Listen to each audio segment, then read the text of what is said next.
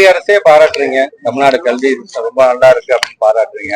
அப்படி பாராட்டுற நீங்க எங்களுக்கான அந்த நிதியையும் நீங்கள் வந்து பாரபட்சம் இல்லாமல் கொடுக்க வேண்டும் என்பதுதான் எங்களுடைய ஆசை.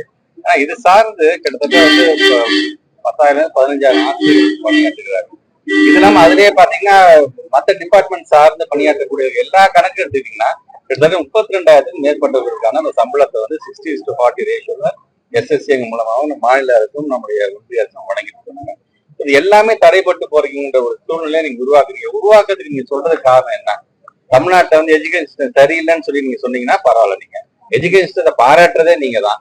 எஜுகேஷன் சிஸ்டத்துல இன்னைக்கு வந்து ஒரு முன்னோடியாக விளங்குகிறதுன்னு சொல்றதே நீங்க தான். எஸ்எஸ்சியில ஏறத்தாலும் 20 காம்பனண்ட் இருக்கு. அந்த 20 காம்பனண்ட்ல 18-19 காம்பனண்ட்ல முன்னிலை பெற மாநிலம் எது பார்த்தா நம்ம தமிழ்நாடு தான். நம்பர் 1 கேரளா இருக்கு, நம்ம 2வது இடத்துல நம்ம இருக்கோம். நம்ம இப்படி பண்ற நாம நிதி கேட்கும் பொழுது நீங்க புதிதாக ஒரு கண்டிஷன் வைக்கிறீங்க.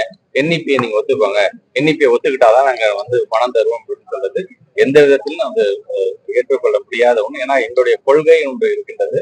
வேறுங்கிற அண்ணா காலத்திலிருந்து அது இருமொழி கொள்கையாக தான் சரி, முத்தமிழ் கலைஞர் காலத்திலிருந்து நாங்க எல்லாத்தையுமே நீங்க சமச்சீராக நாங்க சென்று கொண்டு இருப்பது. திடீர்னு நீங்க வந்து என்இபில தான் நீங்க சேர்த்துக்கோங்க, இதை ஒத்துக்கிட்டீங்கன்னா உங்களுக்கு பணம் தரேன்னு சொல்றது எந்த விதத்திலும் ஏற்றுக்கொள்ள முடியாது. தமிழ்நாட்டு அமைச்சர் ஒரு 2 நாட்கள்ல வந்து அமெரிக்கா நாட்டிலிருந்து வந்திருக்கிறார். வந்ததுக்கு பிறகு அவருடைய கருத்துக்களின் அடிப்படையில் அடுத்த கட்ட ஆசிரியர் தேர்வு வாரியம் மூலம் தேர்வு எழுதி நிறைய பேர் காத்திருக்காங்க. அவங்களுக்கான பணி சிவி முடிஞ்சு சேர்ந்து மிக விரைவில் அதுக்கான அறிவிப்பு வரும். அது இல்லாமல் அடுத்த கட்டத்துக்கு ஏன்னா இப்போ எங்களுக்கு வந்து அங்கங்க தற்காலிகமாக பணியாற்றுவதை மாற்றி அதற்கான நிரப்புக்கு அந்த பணியை நாங்கள் ஈடுபடுறது மிக விரைவில். அதற்கான தமிழ்நாட்டு முதலமைச்சர் நடந்து முடிந்த கூட்டத்தொடரிலே சொல்லியிருக்கிறாங்க. 2026 ஏறத்தாழ ஒரு 19,000க்கும் மேற்பட்டு இருக்கின்ற அரசு ஊழியர்கள் வந்து நிர்ணயிக்கப்பட இருக்கிறாங்க. அதை நோக்கி அந்த இலக்கை நோக்கி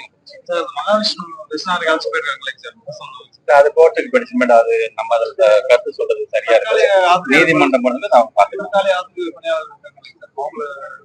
அதான் அவங்க கேட்டாங்க. அவங்க இப்ப ஏற்கனவே வந்து நடந்த முடியாத தேர்தலுக்கான சிவி முடிஞ்சு அது மிக விரைவில் அதுவும் வந்துருக்கும். அவங்களுக்கு அடுத்த கட்டமாக இன்னும் எவ்வளவு தேவைப்படுது நம்ம ஃபைனான்ஸ் சைட்ல நம்ம எழுதி கொடுத்துருக்கோம். மிக விரைவில் அதை நான் கண்டிப்பா பள்ளிகள்ல வந்து விரும்பத்தகாத சில தேர்வுலாம் நடக்குது. நாமக்கல் மாவட்டத்தில் கூட பாத்தீங்கன்னா ஒரு எருமப்பட்டி யூனியன்ல அரசு தொடர்பு பள்ளியில இந்த மாதிரி விரும்பத்தகாத வேலையெல்லாம் பண்ணாங்க.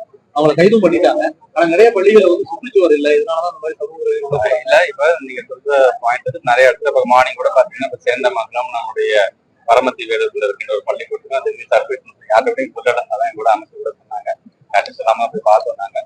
இன்றைக்கு நம்முடைய மாண்பு தமிழ்நாடு முதலமைச்சர் பேராசிரியர் அன்பழகன் பள்ளி மேம்பாட்டு திட்டம் என்கின்ற வகையில ஏறத்தாழ ஒரு 7,500 கோடி ரூபாய்க்கு ஒரு 5 வருடத்துல ஒதுக்கீடு செய்யப்படும். குறைந்தபட்சம் ஒரு 18,000 வகுப்பறைகள். அந்த வகுப்பறையிலே பாத்தீங்கன்னா சுற்றுச்சுவர் சொல்வதாகவும் சரி, கழிவறைகள் கட்டி தருவதாகவும் சரி, இந்த பணிகள் நம்ம தொடர்ந்து விதமான செஞ்சுட்டே இருக்கோம். நம்ம இது வரைக்கும் பாத்தீங்கன்னா ஒரு 3,500 கோடி ரூபாய் மதிப்பீட்டு வந்து ஒரு 3,500 மேற்பட்டிருக்கிற வகுப்பறைகள் தொடர்ந்து இன்னொரு 3,500 வகுப்பு திறந்துட்டோம். நம்ம இன்னொரு 3,500 வகுப்பறைகள் கட்டப்பட்டு கொண்டிருக்கின்றது. மிக விரைவில் அதை நாம் வந்து திறக்க இருக்கின்றோம். இந்த ஆண்டுக்காக ஒரு 1,000 கோடி ரூபாய் தனியாக ஒதுக்கீடு செய்யப்பட்டு இது எல்லாமே நீங்க சொன்ன மாதிரி வகுப்பறையாக இருந்தாலும் சுற்றுச்சுவராக இருந்தாலும் கழிவறையாக இருந்தாலும் இந்த கட்டிகள் அந்த பணி நடந்துகிட்டே இருக்கின்றது. இது வரைக்கும் 191 யூனிட் வந்து கழிவறையை நம்ம வந்து திறந்திருக்கின்றோம். நாங்கள் தொடர்ந்து நாங்கள் வந்து எங்கெங்கெல்லாம் தேவைப்படுகிறோம் சிஓஎஸ் மூலமாக ஒரு ரிப்போர்ட் எடுத்து எங்க வகுப்பறை தேவைப்படுது, எங்க பிள்ளைங்க மருத்துவத்தில் உட்காந்து படிக்கிறாங்க, எங்க கழிவறை தேவைப்படுது, நீங்க சொல்ற மாதிரி எங்க சுற்றுச்சூழல் தேவைப்படுகிறது என்றதான் நாங்கள் சொல்லிட்டு இருக்கிறோம். அது இல்லாம சில சமூக விரோதிகள் உள்ளே வந்து நம்மளுடைய பைப்பை உடைச்சிட்டு போறது, நம்ம கட்டணங்கள்லாம் வந்து இப்ப நம்முடைய மாண்பு தமிழ்நாட்டு எப்படி வந்து ஒரு விதிமுறைகள் நம்ம வந்து வகுக்க வேண்டும், ஒரு பள்ளிக்கூடத்துல இருந்து எப்படி யார் உள்ள வரும் யார் உள்ள வரக்கூடாது என்ற விதிமுறைகள் வகுக்க வேண்டும் என்று சொல்லி இருக்கிறாரோ அந்த விதிமுறைகள் இதெல்லாம் ஒன் ஆஃப் த இதுவா. ஏன்னா இது வந்து பப்ளிக் ப்ராப்பர்ட்டி டேமேஜ் வரும்போது அதுக்கு உரியான தண்டனையும் யார் யாரும் இந்த மாதிரி சமூகத்தை உள்ளே நுழைந்து எங்களுடைய கட்டுமானங்களை உடைக்கிறார்கள் அந்த பணியில் இருப்பது அவங்க கண்டிப்பா ஒரு நல்ல தண்டனை எடுத்து சார். இப்போ பள்ளிக்கூடத்தில் பாத்தீங்கன்னா ஒரு சில மாணவர்கள் வந்து நல்வழிப்படுத்துறதுக்கு இப்போ ஒவ்வொரு இடத்துலயும் பாத்தீங்கன்னா நம்ம வந்து இந்த எமோஷனல் வெல்பீயிங்க்கு குறிப்பாக பாத்தீங்கன்னா அந்த கல்வியில் பின்தங்கிய மாவட்டங்கள் எடுத்து அங்க இருந்து நம்ம டீச்சர்ஸ் வந்து நம்ம வந்து ட்ரைனிங் கொடுத்துருக்கோம். நம்ம அந்த டீச்சர்ஸ் மூலமாகவும் கிட்டத்தட்ட 1.25 லட்சம் மாணவர்கள் பயன்பெற்றிருக்கிறார்கள். கன்னியாகுமரி மாவட்டத்துல போகும்போது மாணவ செல்வங்களே நீதி வகுப்புகளை எடுத்துக்கொண்டிருக்கிறார்கள், மாரல் ஸ்டோரி சொல்லியிருக்கிறாங்க.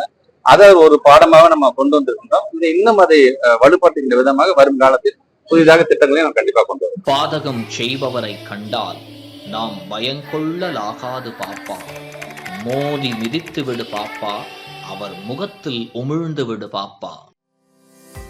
அண்மை செய்திகளை உடனுக்குடன் தெரிந்து கொள்ள இணைந்திருங்கள் இயம்நாடு தொலைக்காட்சியுடன்.